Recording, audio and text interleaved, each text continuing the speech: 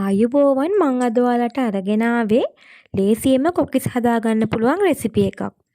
ඉතින් ළඟ එන අලුත් අවුරුද්දට ඔයාලට මේක ප්‍රයෝජනවත් වෙයි කියලා මං හිතනවා. එහෙනම් අපි බලමු අපිට මොනවද ඕන වෙන්නේ කියලා. තෙත හාල් පිටි ග්‍රෑම් 250යි, උකු පොල් කිරි මිලිලීටර් 200යි, ලුණු කුඩු තේ හැඳි භාගයයි, සීනි තේ හැන්දයි, කහ කුඩු තේ හැඳි කාලයි. ඉතින් මේ ලුණු සීනි කහ වගේ ද්‍රව්‍යයන් ඔයාලගේ රස අනුව වෙනස් කරගන්න පුළුවන්.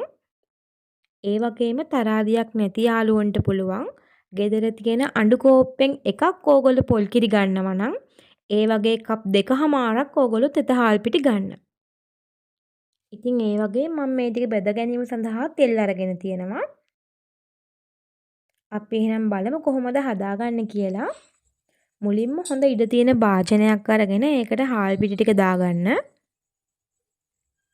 ඊළඟට කහ කුඩු ටික,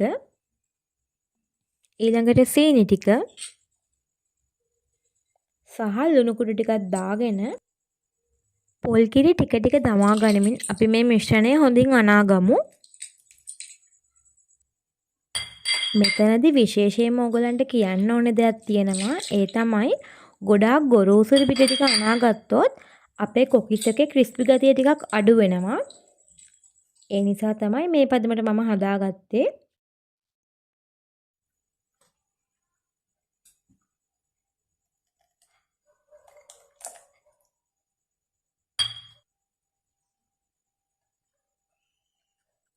හැන්ද පිටපැත්තේ ඉරක් ඇන්දාම මෙන්න මේ පදමට තියෙන්න ඕනේ මිශ්‍රණය. දැන් අපි ලිප පත්තු කරලා පොල් තෙල් ටිකක් දාගමු. අද මම හදාගන්නේ නන්ස්ටික් කොකිස් අච්චුවකින්. ඉතින් ඒ නිසා මම මිශ්‍රණයට බිත්තරයක් දැම්මේ නැහැ. ඔයගොල්ලෝ කොකිස් අච්චුව ගැලවෙන්නේ නැත්නම් බිත්තරයක් දාගන්න පුළුවන්. මේ විදිහට කොකිස් අච්චුව ටිකක් වෙලා අපි තෙල් එකේ තියන්න ඕනේ විනාඩියක් පමණ. හොඳින් රත් කරගන්න ඕනේ.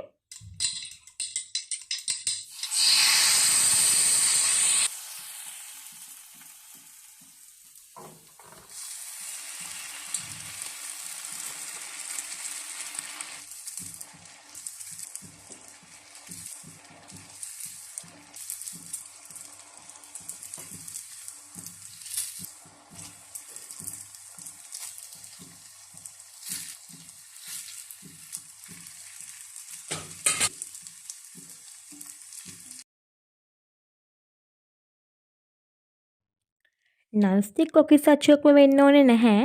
හොඳට පදම් වෙච්ච කොකිස් අච්චුවක් තියෙනවා නම් බිත්තර නොදා මේ විදිහට ඔයගලන්ට ගලව ගන්න පුළුවන් කොකිස් එක. මම ඕගලන්ට ඊළඟ වීඩියෝ එකෙන් කොකිස් අච්චුවක් පදම් කරගන්න විදිය අරගෙන එන්නම්.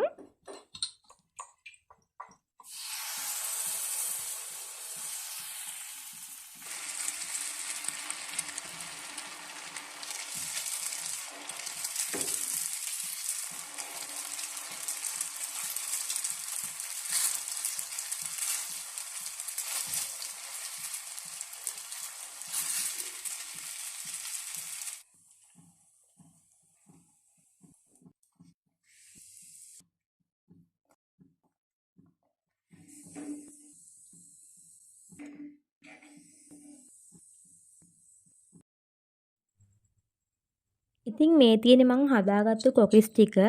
මම ටිකක් ලොකු අච්චුවකින් හදපු නිසා මේ ප්‍රමාණයේ කොකිස් 20ක් මට හදාගන්න පුළුවන් වුණා. ඔයගොල්ලෝ ගෙදර තියෙන සාමාන්‍ය පොඩි කොකිස් අච්චුවක් නම් අනිවාර්යයෙන්ම 30ක් 35ක් හදාගන්න පුළුවන් වෙයි. ඉතින් බලන්නකො කොච්චර ක්‍රිස්පීද කියලා. ඉතින් මගේ මේ වීඩියෝ එක බලාගෙන හිටපු ඔයාලා හැමෝටම ගොඩාක් ස්තුතියි. ඒ වගේම ඔයාලා මේ වීඩියෝ එකට කැමති නම් මාව subscribe කරලා like කරලා share කරන්නත් අමතක කරන්න එපා.